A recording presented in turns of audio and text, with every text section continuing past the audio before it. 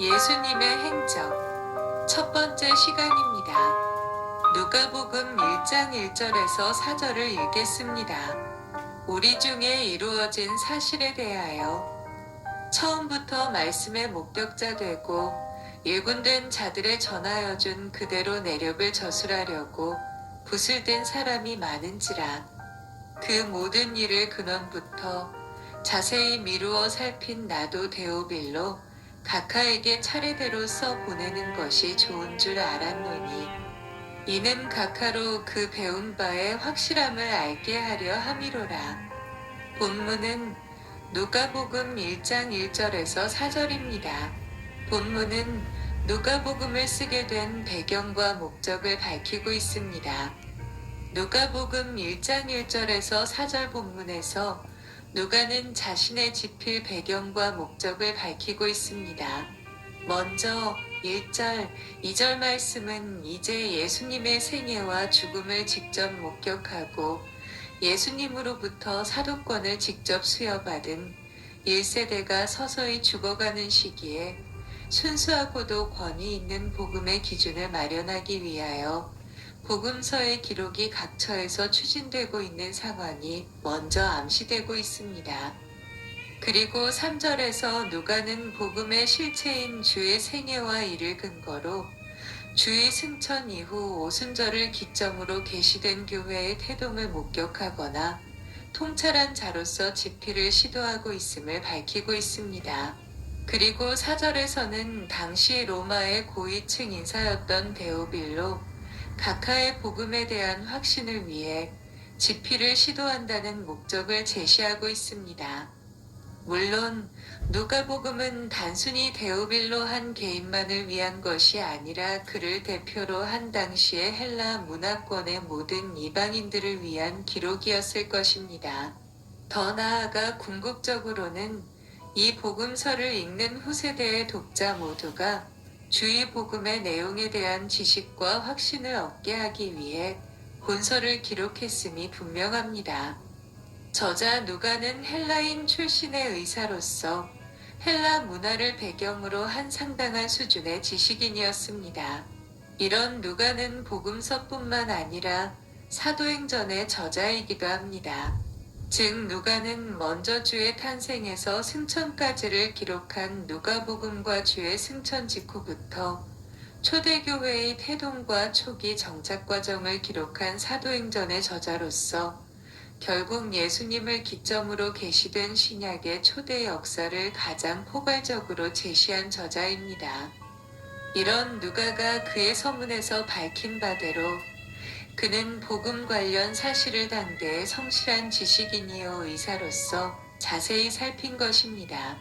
즉 당대의 고위층 인사인 데오빌로를 확신시키고자 쓴 주의 구원 사역에 대한 기록인 누가복음과 그에 이어지는 초대교회 역사의 기록인 사도행전은 누가의 예리한 필치와 저자로서의 성실함을 보여줍니다.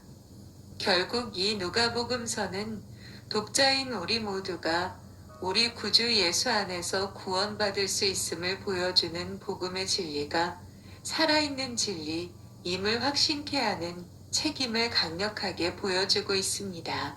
그럼 이제 1절에서 4절의 내용을 자세히 살펴보도록 하겠습니다. 1절을 살펴봅니다.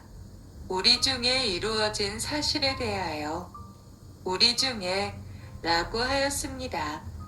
누가는 복음서 기자들 중 저작의 목적을 간략히 설명하기 위해 서문을 붙인 유일한 사람입니다.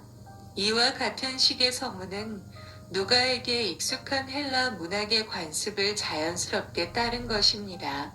여기서 우리 란 말은 매우 광범위하게 쓰여졌습니다.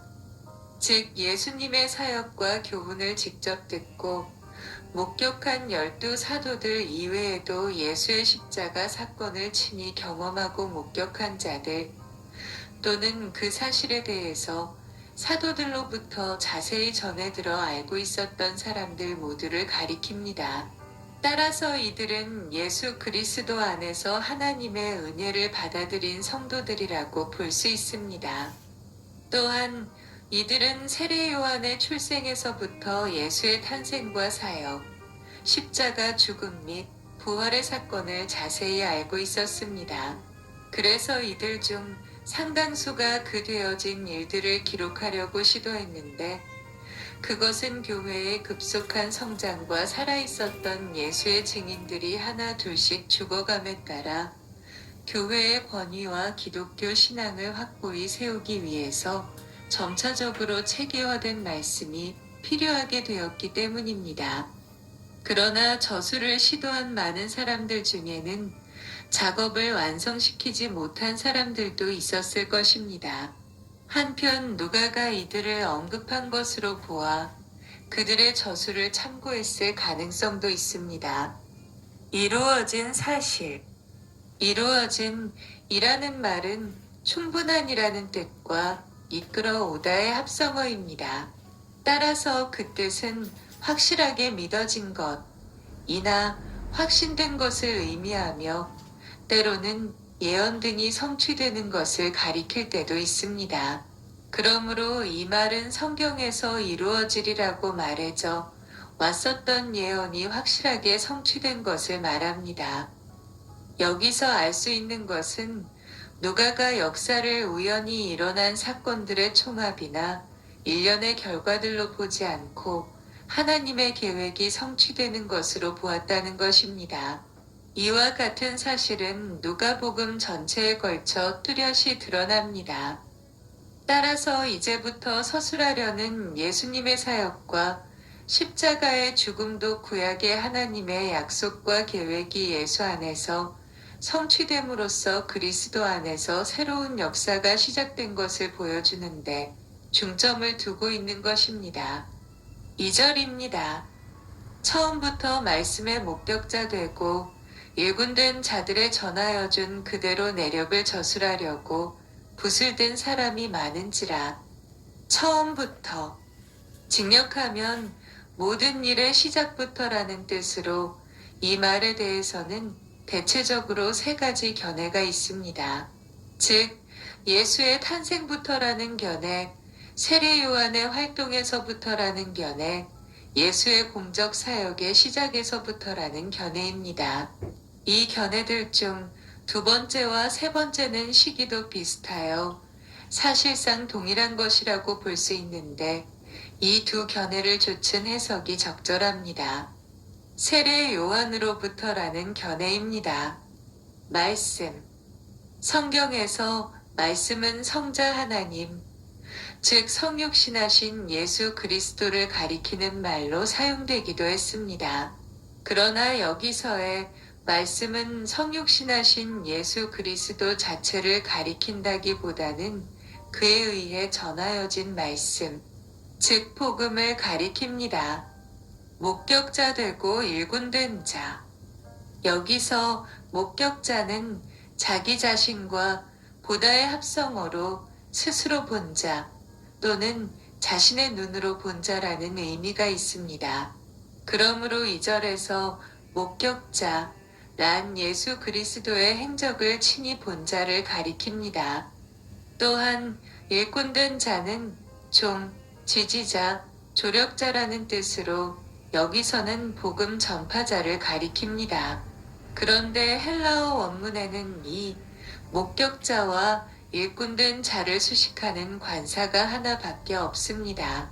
따라서 2절에 목격자와 일꾼된 자는 동일 존재임을 알 수 있습니다.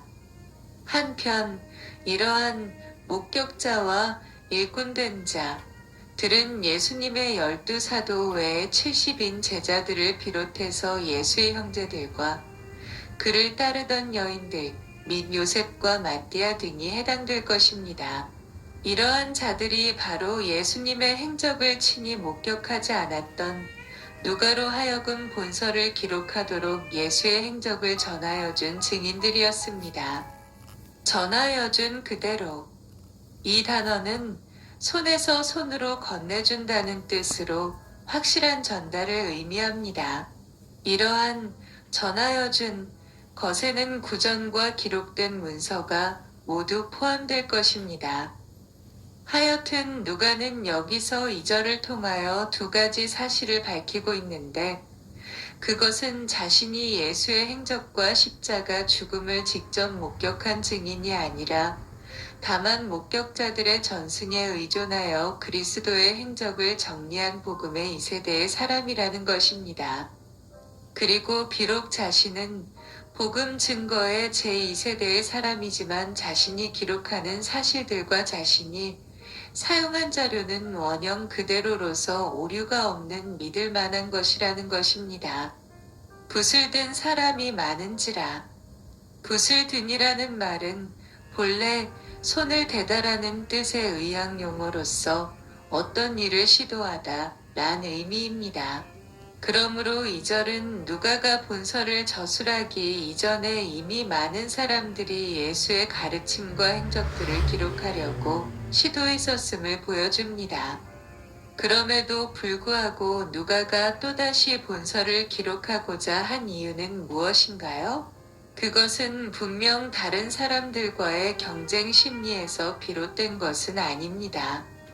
아마도 누가는 예수님에 대해 남다른 중인 의식을 갖고 그의 행적을 보다 체계적이고 정확히 전하고자 하는 충성심으로 본서를 기록하게 되었을 것입니다. 하여튼 누가는 다른 사람이 기록한 기존의 자료를 자신의 저술에 사용했음에 분명합니다. 그러나 누가는 단순히 내려온 전승과 자료들을 종합하고 편집하는 데 그친 것이 아닙니다. 그는 기존의 자료들을 참고로 하되 성령의 영감을 받아 본서와 사도행전을 집필하는 데 있어서 누가 자신만의 독특한 필체와 방식으로 저술하였습니다. 3절입니다. 그 모든 일을 근원부터 자세히 미루어 살핀 나도 데오빌로 각하에게 차례대로 써 보내는 것이 좋은 줄 알았노니, 그 모든 일을 근원부터 자세히 미루어 살핀. 여기서 미루어 살핀이라는 말은 옆에 가까이라는 말과 따라가다라는 말의 합성어입니다. 이는 주의 깊게 뒤를 추적하다는 뜻으로 여기서는 어떤 사건의 정확성을 끝까지 추적하다란 의미로 사용되었습니다. 결국 3절은 누가가 자신의 기록이 완전할 뿐만 아니라 정확함을 표현한 것으로서 독자들로 하여금 자신의 기록에 대해 신뢰감을 갖도록 하기 위해 사용한 말입니다. 특별히 여기서 자세히는 첨단, 극단을 의미하는 말로 누가는 그의 기록이 철저한 조사의 바탕 위에 근거하고 있음을 독자들에게 강조하고 있습니다. 근원부터. 이 말은 시초부터, 일찍부터라는 뜻으로 이는 누가가 다른 복음서의 기자들과 달리 세례 요한의 출생과 예수의 어린 시절을 염두에 두고 한 말인 듯합니다. 데오빌로 각하에게. 누가복음과 사도행전의 수신자로 되어 있는 데오빌로가 어떠한 사람인지는 정확히 알 수 없습니다. 데오빌로라는 이름은 하나님의 친구, 하나님의 사랑을 받는 자라는 뜻으로 그 이름에 비추어 일부 사람들은 이를 상징적 명칭으로 해석하여 모든 성도들을 가리킨다고 주장합니다. 그러나 대부분의 학자들은 데오빌로가 실제 인물일 것으로 추정합니다. 그에게 벨릭스나 베스도에게 사용된 경칭인 각하라는 말이 사용된 것으로 보아 그는 아마도 로마의 고위공직자일 가능성이 큽니다. 한편 3절은 본서가 마치 데오빌로 한 사람을 위해서 기록된 것처럼 보이게 합니다. 그러나 이는 자신의 책을 권위 있고 명성 있던 사람에게 헌정하는 당시 관례를 따른 것일 뿐이며, 당시 본서의 독자는 헬라 문화권의 모든 이방인 신자였습니다. 당시의 저술가들은 이처럼 자신의 책을 명성 있는 사람에게 헌정함으로써 자신의 책에 대해 더 높은 권위와 더 많은 독자를 확보할 수 있었다고 합니다. 차례대로 써 보내는 것이 좋은 줄 알았노니. 좋은 줄 알았노니 라는 말은 어떤 사람의 의지나 희망 혹은 의견을 표시합니다. 본문처럼 1인칭 여격과 함께 쓰일 때는 나는 라고 생각한다 또는 내게는 좋게 보인다로 번역할 수 있습니다.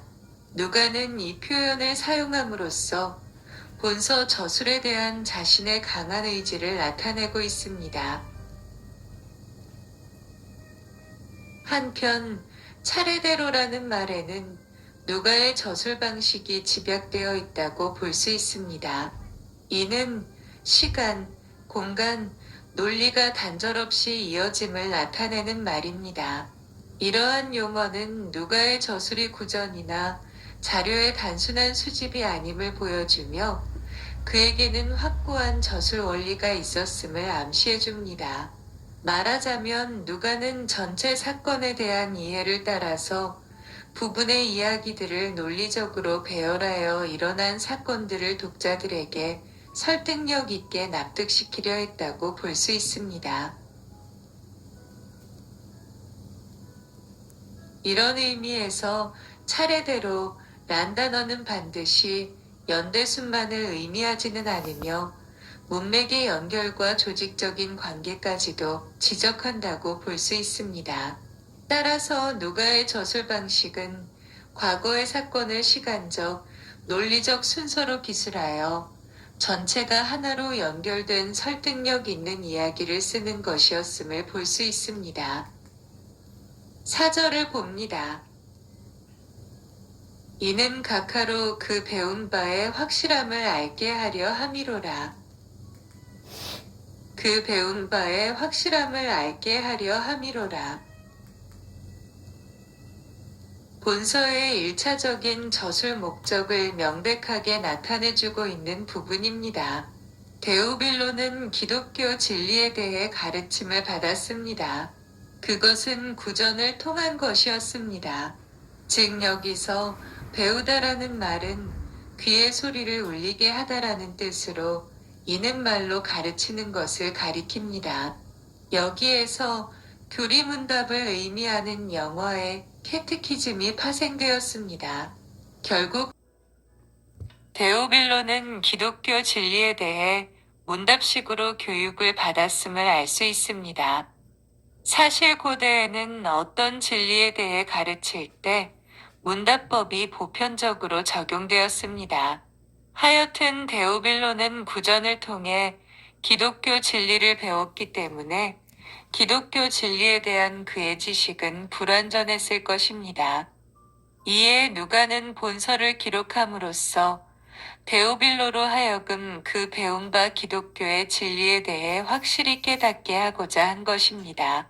특별히 여기서 확실함에 해당하는 단어는 비틀거리다, 넘어지다와 부정적두어 아의 합성어로 실족하지 않게 하다라는 의미입니다. 따라서 확실함을 알게 한다라는 말은 실족시키고 넘어지게 하려는 시대적 상황이 있었음을 암시합니다. 결국 기독교 진리에 대해 경고하고 안전하게 서게 함으로써 당시 세상의 박해와 이단 사상의 오류로부터 승리하게 한다는 의미임을 알 수 있습니다. 알게 하려 함이로라. 한편 여기서 알게 하려 함이로라 라는 말은 알고 있는 어떤 사실에 대하여 더욱 정확하게 알게 하는 것을 가리킵니다. 누가는 본서의 서론, 곧 본서의 내용과 그 출처, 기록한 방법, 그리고 목적을 본장, 맨 앞에 4절에서 기록하고 있습니다. 여기서 우리가 주목해야 할 부분은 첫 번째에 해당하는 본서의 내용입니다. 한마디로 표현하자면 그것은 말씀입니다. 이 말씀은 예수님으로 말미암은 구원 사역과 하나님 나라에 대한 교훈을 의미합니다. 누가는 직접 보고 전해 들은 예수님의 사역이 신빙성 있는 사실임을 밝힘으로써 복음을 선포하고 있습니다. 반면에 요한은 다음과 같이 서두를 시작하고 있습니다.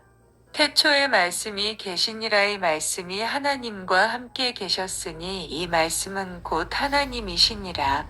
그가 태초에 하나님과 함께 계셨고 만물이 그로 말미암아 지은 바 되었으니 지은 것이 하나도 그가 없이는 된 것이 없느니라. 말씀이 육신이 되어 우리 가운데 거하심에 우리가 그 영광을 보니 아버지의 독생자의 영광이요 은혜와 진리가 충만하더라.